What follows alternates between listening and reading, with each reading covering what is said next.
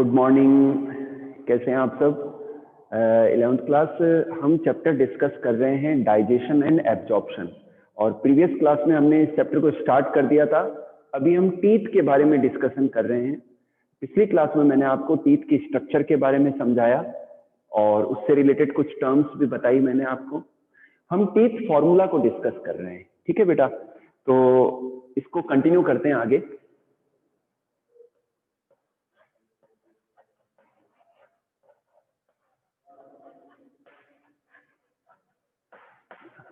बच्चों, जो चाइल्ड है उसके अंदर टीथ फॉर्मूला मैंने आपको बताया था 2102 अपॉन 2102। ठीक है, ये मैं डिस्कस करवा चुका हूं आपको। आज हम लेते हैं 17 ईयर्स। 17 ईयर्स का कोई है व्यक्ति कोई, ठीक है ना? उसके अंदर टीथ फॉर्मूला क्या रहता है? टीथ फॉर्मूला, ये सब कंपटीशन एग्जाम में पूछे जाते हैं। 2122 अपॉन 2122, तो ये हो जाएगा 3 and 4 7 7 into 2 into 2, ये हो जाएगा 14 अपॉन 14 इक्वल्स टू 28। ध्यान से देखिए बच्चों कि जो 17 ईयर्स का जो व्यक्ति है, कोई बॉय है या गर्ल है, तो उसके अंदर फॉर्मूला रहता है 2122 2122। उनके अंदर टोटल 2122, इनको टोटल करें तो 7, इनको टोटल करें 7, 2 से मल्टीप्लाई करने पर 14 14, यानी कि अपर जॉ में 14 टीथ होते हैं एंड लोअर जॉ में भी 14 टीथ होते हैं एंड टोटल 28 टीथ रहते हैं। कितने रहते हैं? टोटल 28 टीथ रहते हैं एक 17 ईयर्स के बॉय या गर्ल के अंदर, ठीक है? अब ये कैसे निकला फॉर्मूला, ये मैं बता देता हूं। मैंने आपको बताया था 4 टाइप के टीथ होते हैं। तो एक 17 ईयर्स के बॉय या गर्ल में अपर जॉ में 4 इंसीजर, ठीक है, 2 canine, okay, and 2 premolar, okay बेटा, एंड 2 मोलर, ठीक है? चलिए, 4 इंसीजर, 2 कैनाइन,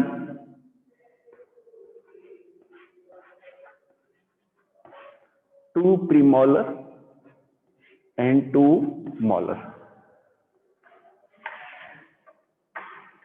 ठीक है बेटा? तो 4 2 6 6 एंड 2 8 8 एंड 2, हाँ सॉरी बच्चों, यहां पर थोड़ा सा चेंज है, 4 प्रीमोलर हो गए और 4 ही मोलर हो गए। अब ध्यान से देखिए बच्चों, अपर जो में 4 इंसीजर, 2 कैनाइन यानी कि 6, 4 प्रीमोलर 10 एंड 4 मोलर 14, यानी कि अपर जो में 14 टीथ आ गए, ठीक है? और लोअर जो में भी 4 incisor, 2 canine, 6, 4 premolar 10 and 4 molar 14, तो लोअर जो में भी 14, यानी कि एक 17 साल के बच्चे के अंदर, गर्ल के अंदर या बॉय के अंदर 14 अपर जो में टीथ होते हैं और 14 ही लोअर जो में होते हैं, और टोटल 28 टीथ होते हैं। कितने होते हैं? टोटल 28 टीथ होते हैं। तो बच्चों, ये जो फॉर्मूला आप देख रहे हो, ये कैसे निकला? जब इनको अपन रिड्यूस करेंगे 2 की टेबल से, तो 4 कट जाएगा, 2 आ जाएगा, 2 कटेगा, 1 आ जाएगा, 4 कटेगा, 2, 4 कट होगा, 2 आ जाएगा, ठीक है? इसी तरीके से भी इसको भी कट करने पर क्या आ जाएगा? 2122 आ जाएगा। तो 2122 upon 2122, this is the teeth formula for the 17 years old boy और गर्ल, ओके? चलिए, अब मैं बच्चों, आप देख लीजिए इसको, मैं नेक्स्ट ले रहा हूं एक अडल्ट के अंदर। एक अडल्ट के अंदर टीथ फॉर्मूला क्या रहता है? चलिए,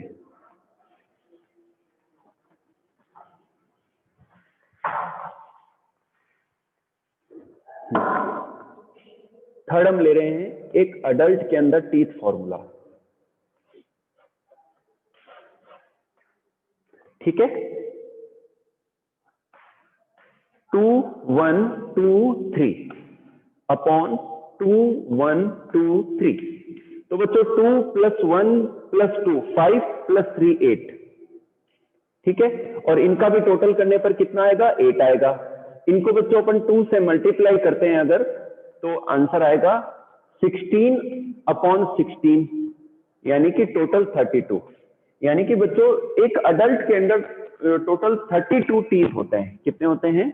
32 टीथ होते हैं। अब देखिए बच्चों, इनमें ये कैसे आया फॉर्मूला, मैं आपको शुरू से बता देता हूं। 4 तो इंसीजर पाए जाते हैं एक अडल्ट के अंदर, ठीक है। 2 कैनाइन्स पाए जाते हैं, ठीक है। और 4 ही प्रीमोलर पाए जाते हैं और 6 पाए जाते हैं मोलर।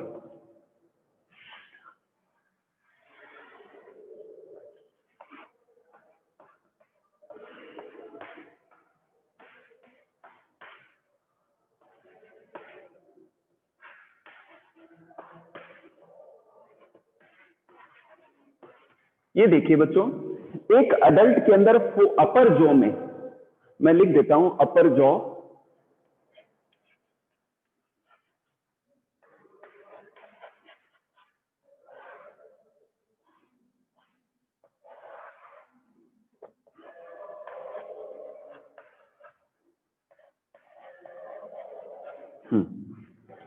बेटा अपर जॉ के अंदर 4 incisor, 2 canine, 4 premolar and 6 molar पाए जाते हैं। इसी तरीके से 4 इंसीजर लोअर जॉ में, 2 कैनाइन लोअर जॉ में, 4 प्रीमोलर एंड 6 मोलर पाए जाते हैं। तो इनको टोटल करने पर क्या आएगा? 4 + 2 + 4 10 + 6 16 अपॉन 4 + 2 6 + 4 10 और +6 16, यानी कि टोटल आ जाएगा यहां पर बेटा 32। ओके, तो 32 टीथ पाए जाते हैं एक अडल्ट के अंदर। तो बच्चों ये तो था टीथ का टॉपिक। अब मैं नेक्स्ट टॉपिक ले रहा हूं सलाइवेरी ग्लैंड्स। ओके, हाँ एक बार बच्चों हैंड रेज कर दो अगर आपको टीथ फॉर्मूला का टॉपिक क्लियर है। 11th क्लास एक साथ हैंड रेज कर दो, ये कंपटीशन में क्वेश्चन आता है बेटा। हाँ बहुत अच्छे, बहुत अच्छे, बहुत अच्छे।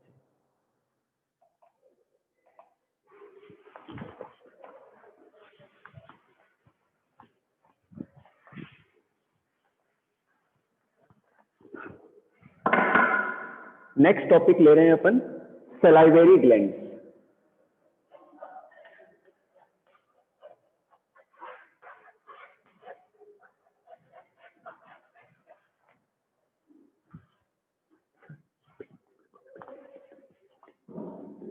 सलाइवरी ग्लैंड, सबसे पहले तो लेता हूं मैं पैरोटिड ग्लैंड,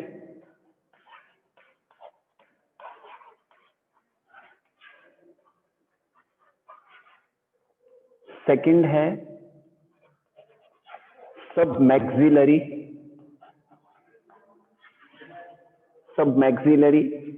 ग्लैंड,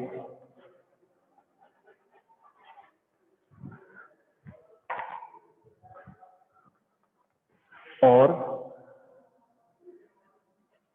सब मैंडिब्यूलर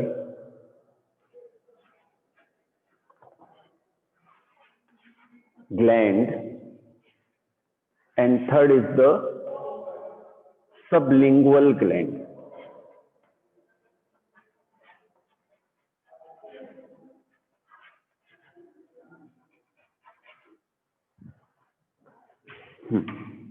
बच्चों ध्यान से देखिए, हमारे अंदर 3 टाइप की सलाइवरी ग्लैंड्स पाई जाती है। सबसे पहले लेते हैं पैरोटिड ग्लैंड। बच्चों पैरोटिड ग्लैंड जो है ईयर के सामने होती है, ईयर के सामने होती है, और ये जो है अपर जो वेस्टिबुल है, बकल वेस्टिबुल, वहां खुलती है। और ये जिन डक्ट्स के द्वारा खुलती है उन्हें हम कहते हैं स्टेनसन्स डक्ट्स। ध्यान से सुनना, स्टेनसन्स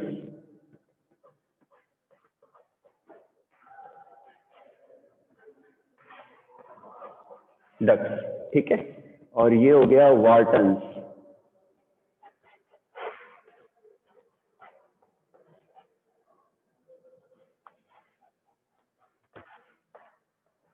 एंड डक्ट्स ऑफ रिविनस।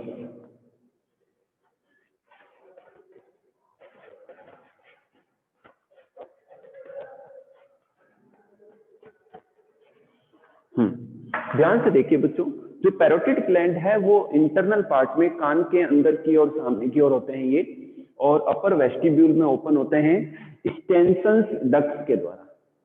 ठीक है। सेकंड हम लेते हैं सब मैक्सिलरी और सब मैंडिबुलर ग्लैंड।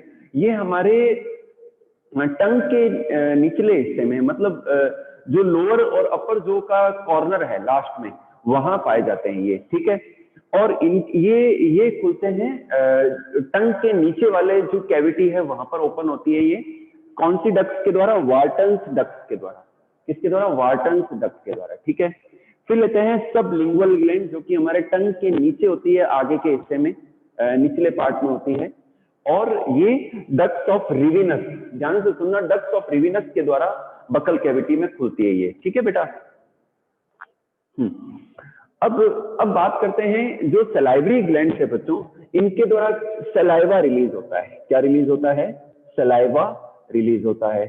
बच्चों जो सलाइवा में जो पीएच है वो रहती है स्लाइटली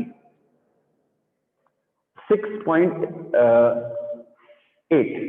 मतलब स्लाइटली न्यूट्रल और एल्केलाइन के पास है ये। 6.8 पीएच होती है। सलाइवा के अंदर मैक्सिमम पार्ट वाटर होता है। इसके अलावा सलाइवेरी एमाइलेज, ये एंजाइम पाया जाता है जो स्टार्च को डाइजेस्ट करता है। क्या करता है?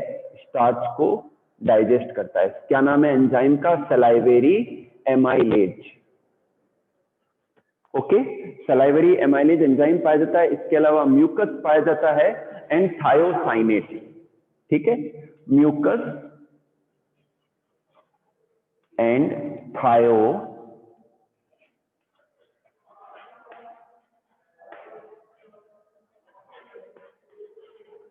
म्यूकस एंड थायोसाइनेट्स पाए जाते हैं। दोबारा सुन लीजिए, सलाइवा की जो पीएच है वो 6.8 होती है, और इसके अंदर सलाइवरी एमाइलेज, मैक्सिमम पार्ट पानी होता है। इसके अलावा सलाइवरी एमाइलेज जो कि स्टार्च डाइजेस्टिंग एंजाइम है, म्यूकस पाया जाता है और थायोसाइनेट्स पाए जाते हैं। और इसके अलावा लाइसोजाइम्स पाए जाते हैं। क्या पाए जाते हैं? जो कि जर्म्स को किल करते हैं, लाइसोजाइम्स पाए जाते हैं। इसके अलावा बच्चों sodium, potassium and chloride salt पाए जाते हैं। ठीक है।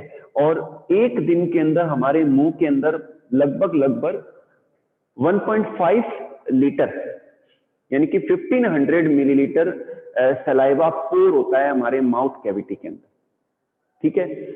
और ये सलाइवा का फंक्शन क्या होता है? ये जो फूड है हमारे मुंह के अंदर जिसको हम च्यू करते हैं उसको मॉइस्ट बनाता है। ठीक है। गीला कर देता है और उस पर एंजाइम्स के फंक्शनिंग को इजी बना देता है। ठीक है बेटा। अच्छा, मुंह में जो फूड होता है उसे हम बॉलस कहते हैं। क्या कहते हैं? Bolus, BOLUS। ठीक है। लाइसोजाइम्स भी होते हैं सलाइवा के अंदर। ये सॉल्ट भी होते हैं, सोडियम, पोटेशियम एंड क्लोराइड। और लगभग 1500 ml के आसपास पोर होता है डेली हमारे मुंह के अंदर। ठीक है। जो कि फूड में मिक्स होके फिर ईसोफेगस से होता हुआ नीचे चला जाता है। ठीक है बेटा। तो ये आपका सलाइवरी ग्लैंड्स का पार्ट था। आपको अच्छे से समझ में आया? चलिए बच्चों, तो सलाइवरी ग्लैंड का पार्ट कंप्लीट होता है। नेक्स्ट टॉपिक ले रहा हूं मैं, ईसोफेगस।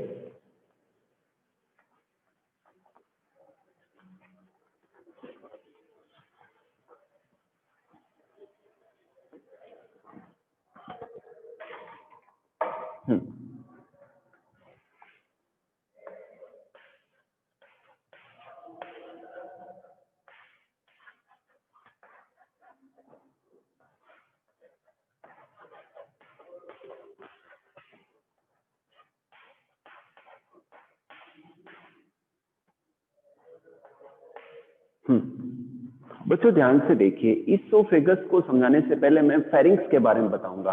बच्चों जो नेजल चैम्बर जहां अंदर की ओर ओपन होते हैं, वो जो फेरिंक्स का पार्ट है उसे हम कहते हैं नेजोफेरिंक्स। क्या कहते हैं? नेजोफेरिंक्स कहते हैं।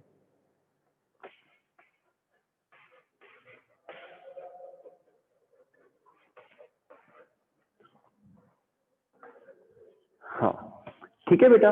तो अंदर का जो फेरिंक्स का पार्ट जहां नेजल चैम्बर ओपन होते हैं उसे हम कहते हैं नेजोफेरिंक्स, और उसके पीछे का पार्ट जो है उसे हम क्या कहते हैं, ओरोफेरिंक्स कहते हैं। क्या कहते हैं, ओरोफेरिंक्स कहते हैं। और ये जो ओरोफेरिंक्स है ये कॉमन पाथ है एयर के लिए एंड फूड के लिए। ठीक है, अब अपन बात करते हैं ईसोफेगस की। जो ईसोफेगस जो ट्यूब है जिसे हम फूड पाइप कहते हैं, तो उस वो जब एंट्री वाली जगह है वहां पर दो छेद पाए जाते हैं, क्योंकि आगे की तरफ तो रेस्पिरेटरी सिस्टम के लिए ट्रेकिया जाता है जो कि लंग्स तक जाता है। तो वो जो ओपनिंग है, ठीक है, उस ओपनिंग को हम क्या कहते हैं, ग्लॉटिस कहते हैं, जो ट्रेकिया में जाती है।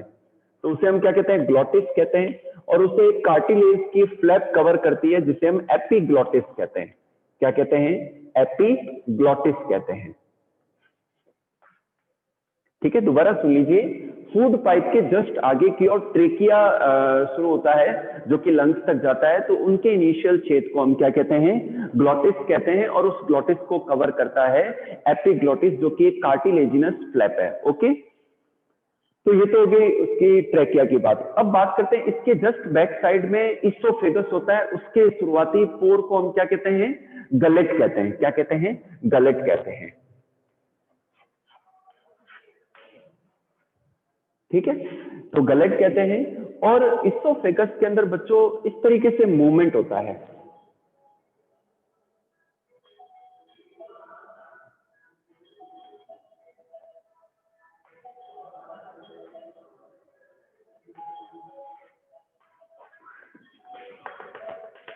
बच्चों यहां देखिए, ईसोफेगस के अंदर यू इस तरीके से क्या है, मूवमेंट होता है।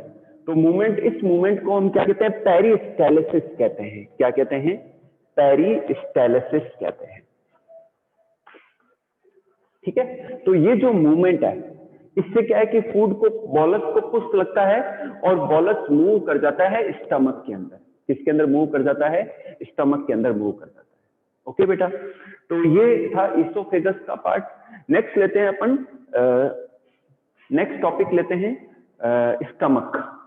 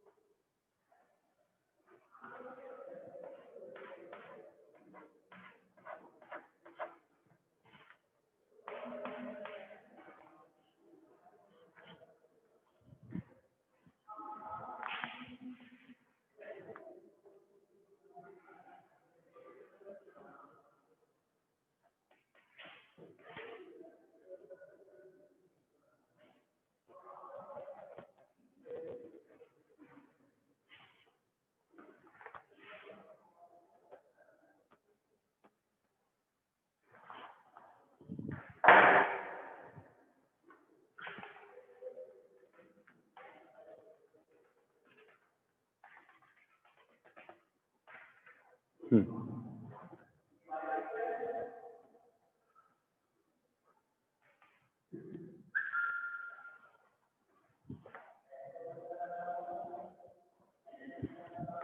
30 30 है तो एक कम कर दो, 29। हाँ बेटा, ये स्केच है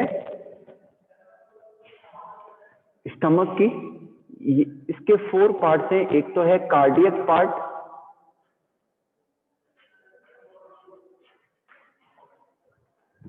कार्डियक पार्ट, ठीक है। और ये पार्ट है फंडस,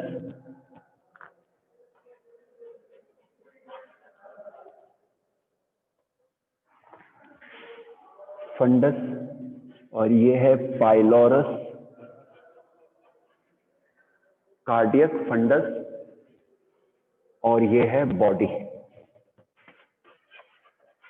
बच्चों ध्यान से देखिए, स्टमक, स्टमक बच्चों एक मस्क्यूलर सेक लाइक, एक बैग लाइक स्ट्रक्चर है जो हमारे लेफ्ट पार्ट में इस तरफ होता है, ठीक है। और इसोफेगस जो है वो स्टमक के अंदर ओपन होता है, खुलता है, ठीक है ना। तो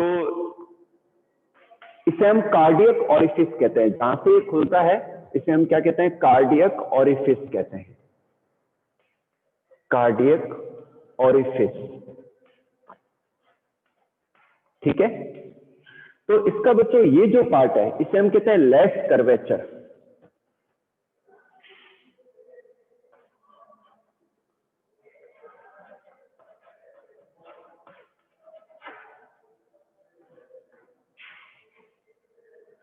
या शॉर्ट कर्वेचर कह सकते हैं इसे, शॉर्ट कर्वेचर, और ये है लार्ज कर्वेचर।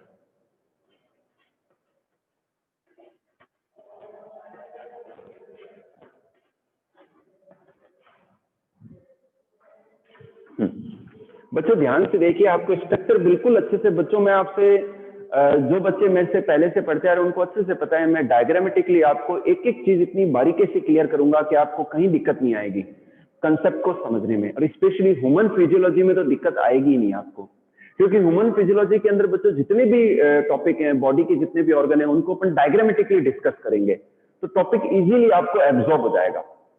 बस मेरी आपसे इतनी रिक्वेस्ट है कि आप रेगुलर बनी रहिए ऑनलाइन क्लासेस के अंदर। एक भी दिन आपने मिस कर दिया तो नेक्स्ट डे की क्लास को आप कनेक्ट नहीं कर पाएंगे। तो रेगुलर रहिए, डायग्रामेटिकली आपको सारी चीजें अच्छे से क्लियर होंगी। यहाँ बच्चों आपको स्टमक समझ में आ रहा है, स्टमक का जो ये पार्ट है इसे हम कहते हैं फंडस पार्ट या फंडिक पार्ट, ठीक है। इसे मैं लिख देता हूं फंडस पार्ट, ठीक है। ये जो हिस्सा है इसे हम कहते हैं कार्डियक पार्ट, ये जो हिस्सा है इसे हम कहते हैं बॉडी पार्ट, और ये जो हिस्सा है इसे हम कहते हैं पाइलोरस, क्या कहते हैं, पाइलोरस पार्ट, ठीक है। तो यहाँ इसोफेगस स्टमक में खुलता है कार्डियक ऑरिफिस के द्वारा, और यहां से स्टमक स्मॉल इंटेस्टाइन से कनेक्ट होता है। इस हिस्से को हम डुडोनम कहते हैं, जो हम नेक्स्ट टॉपिक में करेंगे। ये डुडोनम है बच्चों। तो ये जो छेद है, ये जो छेद है इसे हम क्या कहते हैं, पाइलोरस ऑरिफिस कहते हैं। क्या कहते हैं, पाइलोरस ऑरिफिस।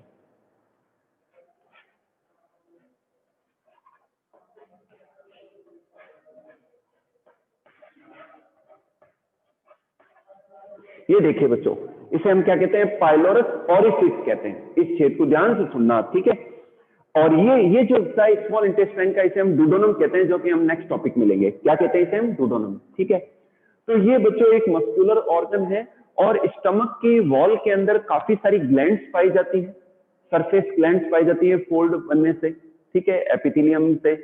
और इसके अलावा स्टमक के अंदर बच्चों डेली 1.5 लीटर एसिड प्रोड्यूस होता है, HCl प्रोड्यूस होता है, हाइड्रोक्लोरिक एसिड। और इसी वजह से स्टमक की जो पीएच होती है वो 1.5 या 1.8 होती है, तो हाईली एसिडिक एनवायरनमेंट होता है। तो इसके कई सारे बेनिफिट्स हैं जो कि मैं आगे समझाऊंगा। कुछ ग्लैंड ऐसी हैं जो एंजाइम रिलीज करती हैं, वो भी मैं आपको समझा रहा हूं। पहले आप स्केच को देख लीजिए ध्यान से। एक और बात बच्चों, मैं कलर्ड चौक ले सकता हूं, कलर्ड चौक से मुझे सारे पता है स्केच कौन से इस कलर से बनाए जाते हैं, लेकिन ऑनलाइन क्लास होने की वजह से विजिबिलिटी सही नहीं रहे, तो मैं व्हाइट चौक ही यूज कर रहा हूं, है ना। फिर भी आपको लगे तो मैं एक दिन कलर चौक भी यूज कर लूंगा, अगर विजिबिलिटी सही आती है तो, ठीक है। ठीक है बेटा, मैं रफ कर रहा हूं इसको।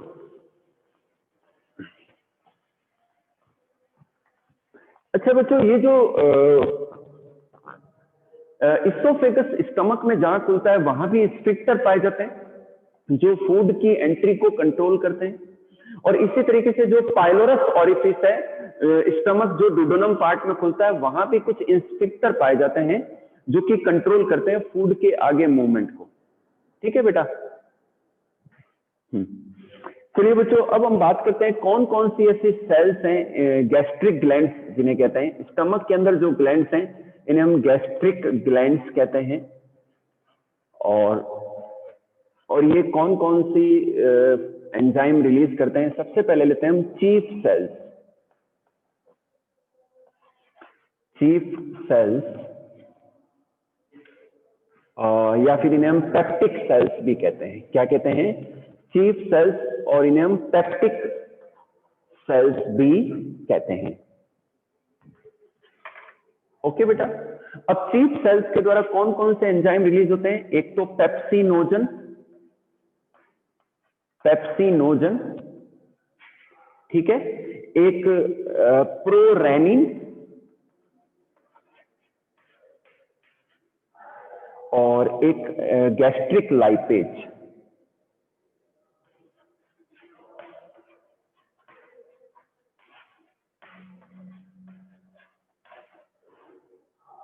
गैस्ट्रिक लाइपेज, ध्यान से देखना बच्चों, 3 प्रकार की सेल्स या ग्लैंड है स्टमक की वॉल के अंदर, ठीक है, वो मैं डिस्कस करवा रहा हूं। सबसे पहले लेते हैं चीफ सेल्स या पेप्टिक सेल्स। ओके, ये पेप्सिनोजन रिलीज करते हैं। पेप्सिनोजन एक इनएक्टिव एंजाइम है जो कि HCl की वजह से, किसकी वजह से? HCl एक एक्टिवेटर का काम करता है। HCl के कारण से ये किस में कन्वर्ट हो जाता है? पेप्सिन में, ठीक है। पेप्सिनोजन किस में कन्वर्ट हो जाता है? पेप्सिन में, HCl की प्रेजेंस से। और pepsin is a proteolytic enzyme, यानी कि ये प्रोटीन को डाइजेस्ट करने वाला एंजाइम है। इसी तरीके से बच्चों जो इन्फेंट्स होते हैं, मतलब जो नवजात बच्चे हैं या जो छोटे बच्चे हैं, उनके अंदर प्रोरेनिन रिलीज होता है। क्या रिलीज होता है? प्रोरेनिन, ठीक है। और ये प्रोरेनिन HCl की वजह से कन्वर्ट होता है रेनिन के अंदर। आपको पता है वो तो छोटे बच्चों के अंदर जो मेन फूड है उनका, वो मिल्क है। वो रोटी नहीं खाते हैं, मिल्क पीते हैं, ठीक है ना, छोटे बच्चे स्पेशली 2 साल तक के। तो उनके अंदर प्रोरेनिन रिलीज होता है चीफ सेल्स के द्वारा। ये एक इनएक्टिव एंजाइम है, ये HCl की वजह से रेनिन में कन्वर्ट होता है। और रेनिन क्या करता है? दूध की प्रोटीन कैसीन को डाइजेस्ट करता है। मिल्क प्रोटीन कैसीन को डाइजेस्ट करता है रेनिन एंजाइम, ठीक है। इसके बाद में लेते हैं गैस्ट्रिक लाइपेज। बच्चों ये फैट डाइजेस्टिंग एंजाइम है जो लो अमाउंट में रिलीज होता है और फैट को डाइजेस्ट करने में हेल्प करता है, ठीक है। नेक्स्ट लेते हैं हम, सेकंड लेते हैं ऑक्सिंटिक सेल्स, ऑक्सिंटिक सेल्स और पैराइटल सेल्स।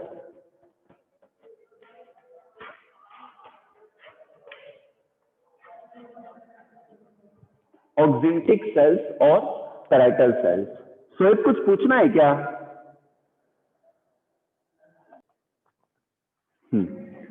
ठीक है बेटा, rennin digest the milk protein casein. अब लेते हैं बच्चों ऑक्सिंटिक सेल्स और पैराइटल सेल्स। एक तो ये बच्चों HCl रिलीज करते हैं और इंट्रिंसिक फैक्टर्स।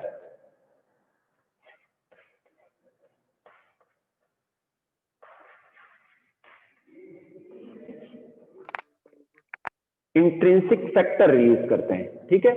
ध्यान से सुनना बच्चों, ये जो ऑक्सिंटिक सेल्स हैं, these cells releases the HCl, hydrochloric acid and factors, intrinsic factors. Okay बेटा, तो हाइड्रोक्लोरिक एसिड 1.5 लीटर के आसपास रिलीज होता है डेली हमारे स्टमक के अंदर। इसके कई सारे फंक्शंस हैं। सबसे पहले तो ये एक्टिवेटर के रूप में रोल प्ले करते हैं और इनएक्टिव एंजाइम्स को एक्टिवेट कर देते हैं। ओके, दूसरी बात, ये एसिडिक एनवायरनमेंट क्रिएट करते हैं, जिससे क्या है कि जो सलाइवा है फूड के साथ, जब फूड आता है तो फूड के साथ जो सलाइवा है वो न्यूट्रलाइज हो जाता है, ठीक है। फूड के साथ में कोई जर्म्स बैक्टीरिया आ जाते हैं, वो किल हो जाते हैं। और फूड के साथ में जो हार्ड पार्ट है, बोन्स, जैसे मान लो कोई नॉनवेज खाने वाला तो कोई बोनी पार्ट चला गया, तो हार्ड फूड है वो पिघल जाता है, मेल्ट हो जाता है, उसको गला देता है HCl, ठीक है। और साथ ही साथ बच्चों कुछ म्यूकस रिलीज होता है, म्यूकस ग्लैंड की, तो नेक्स्ट टॉपिक में समझा रहा हूं आपको उसमें। तो कुल मिला के फूड को एसिडिक कर देता है HCl। थर्ड लेता हूं बच्चों में म्यूकस सेल्स। क्या है? Mucus sales. बच्चों म्यूकस के द्वारा म्यूकस सेल्स के द्वारा म्यूकस रिलीज होता है, ठीक है। ये एल्केलाइन जो म्यूकस है ये लेप करता है, ये क्या करता है? स्टमक को, इंटरनल लाइनिंग को पूरा लेप कर देता है। तो जो हाइड्रोक्लोरिक एसिड है वो हाईली कोरोसिव है, ठीक है ना। तो ये एक्सपोरियोट कर देता है, कोरोसिव होता है इसकी वजह से, ठीक है ना। तो म्यूकस क्या करता है, उस लेयर को बचा लेता है, प्रिवेंट कर लेता है, प्रोटेक्ट कर लेता है HCl से। तो HCl से हमारा स्टमक प्रोटेक्टेड रहता है, किसकी वजह से, म्यूकस की वजह से। ओके बेटा।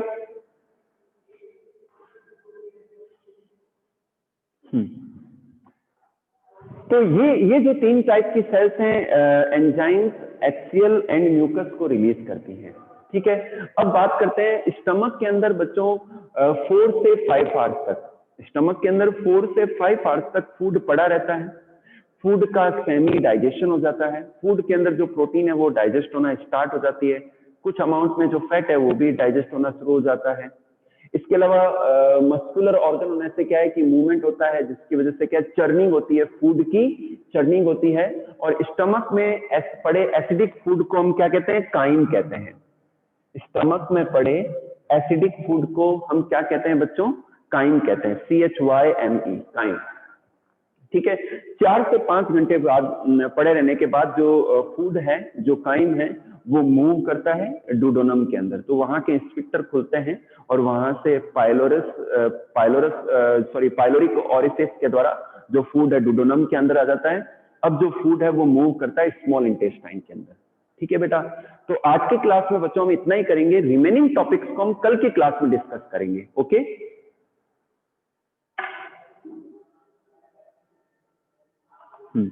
हाँ, 11th क्लास, किसी को कोई डाउट है तो पूछ लो। किसी को कोई क्वेरी है क्या? कोई क्वेरी नहीं है? पुलकित भी आज क्लास में है क्या? पुलकित आपसे बात करना चाहूंगा मैं। पुलकित, हेलो। Hello sir. हाँ, गुड मॉर्निंग बेटा, कैसा है? अच्छा हूँ सर। हाँ, आपकी शैतानियां कैसी चल रही है? बढ़िया चल रही है? अच्छी चल रही है। क्या मैं आपसे गुजारिश कर सकता हूँ रेगुलर रहने की? आपसे रिक्वेस्ट कर सकता हूँ कि अब आप रेगुलर रहेंगे? Yes sir. है ना बेटा। देखो, मेरी आपसे रिक्वेस्ट ये है कि 11th का सेशन एंड होने वाला है, 2 से 3 मंथ बचे हैं। प्लीज बेटा अब रेगुलर आओ आप पुलकित। और ह्यूमन फिजियोलॉजी है, आसान है, आपको जल्दी से समझ में आएंगी। आज के टॉपिक समझ में आए नहीं आए आपको? यस सर, आया ना सर। ये पहले पढ़ा हुआ था, थोड़ा पढ़ा हुआ है ना, इसलिए जल्दी कनेक्ट कर जाएगा। नेक्स्ट टॉपिक ह्यूमन हार्ट से रिलेटेड है, तो वो भी जल्दी समझ में आएगा आपको। तो पुलकित, मेरी आपसे रिक्वेस्ट है कि रेगुलर रहिए अब, है ना।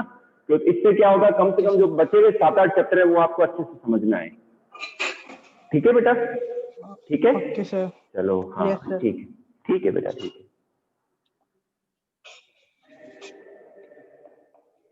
Hello, hello Sanya. हाँ बेटा, कैसे हो आप? अच्छा, ऐसे क्या? तो बीच में एब्सेंट चल रहे थे आप? बीच में एब्सेंट चल रहे थे क्या? हाँ, नहीं सान्या, आवाज क्लियर नहीं आ रही है, ठीक है ना। हाँ, 11th क्लास, मैं क्लास को ओवर कर रहा हूँ। आप बस ऐसे ही रेगुलरिटी मेंटेन रखिए, आपको कहीं कोई दिक्कत नहीं आएगी, मैं गारंटी लेता हूँ। ऑनलाइन में भी आपको वैसा ही समझ में आएगा जैसा फिजिकल क्लासेस में समझ में आता है। बस बचे हुए जो 7 चैप्टर हैं वो अपन को अच्छे से करने हैं, ठीक है। चलिए।